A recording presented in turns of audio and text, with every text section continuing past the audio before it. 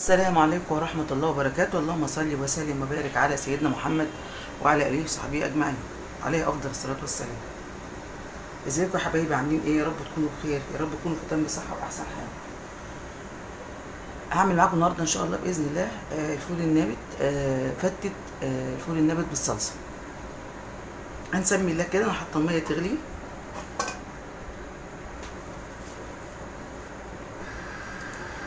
وده الفول أنا مقشراه، طبعا ده مقشراه بيستوي على طول.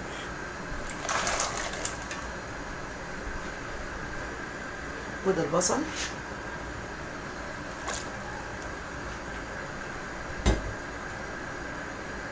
هسيبه بقى كده مع نفسه يستوي.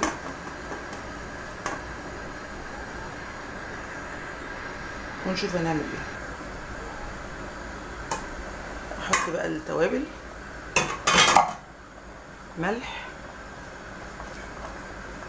كمون، شوية كزبرة،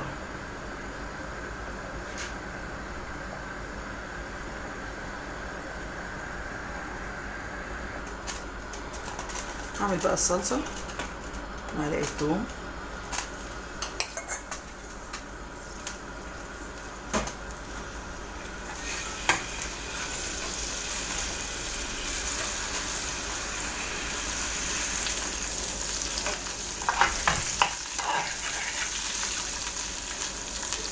كزبرة،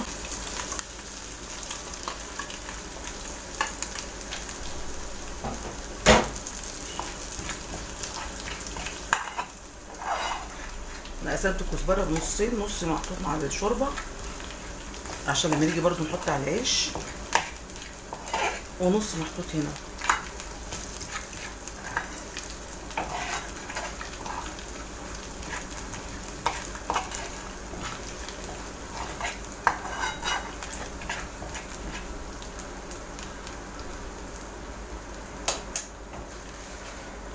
الصلصة،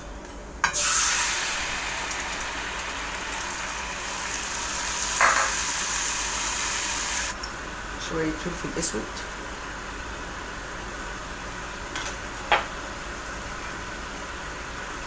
شوية ملح،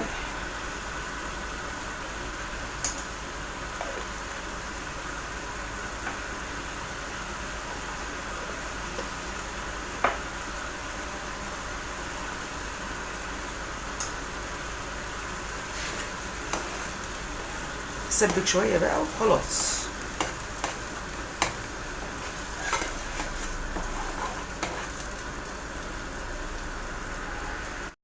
ادي العيش حمرته كده تحميره في شوية زيت. نبتدي بقى نحط الشوربة،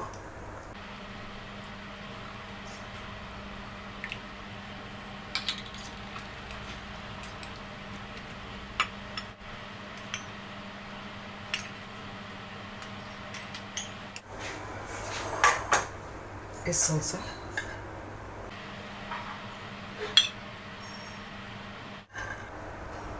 وزي ما انتم شايفين طبق شوربة بالبصل بقى، والبصل بيبقى طعمه جميل جدا في النبات. اول طبق اهو، شوفوا حلو ازاي،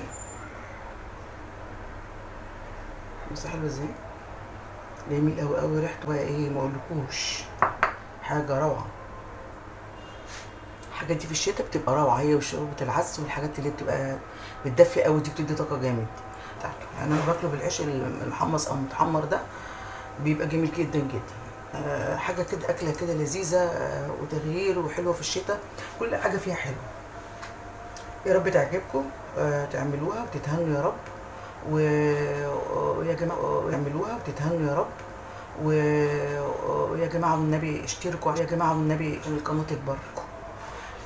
كمان يعني اللايكات والحاجات دي كلها عشان القناة تكبر. ليه؟ هي جت بسيطة، مش هتتعبكم، وسهلة أوي أوي إنكم انتوا تعملوها، واحنا برضو مش هنكبر غير بيكم يعني. يا رب يعجبكم حاجتنا وتكون بسيطة وعلى قد الايد ومناسبة أوي الأسعار الموجودة. ولايك وشير وفعلوا الجرس عشان الوصفات توصل لكم. ميرسي أوي، سلام عليكم.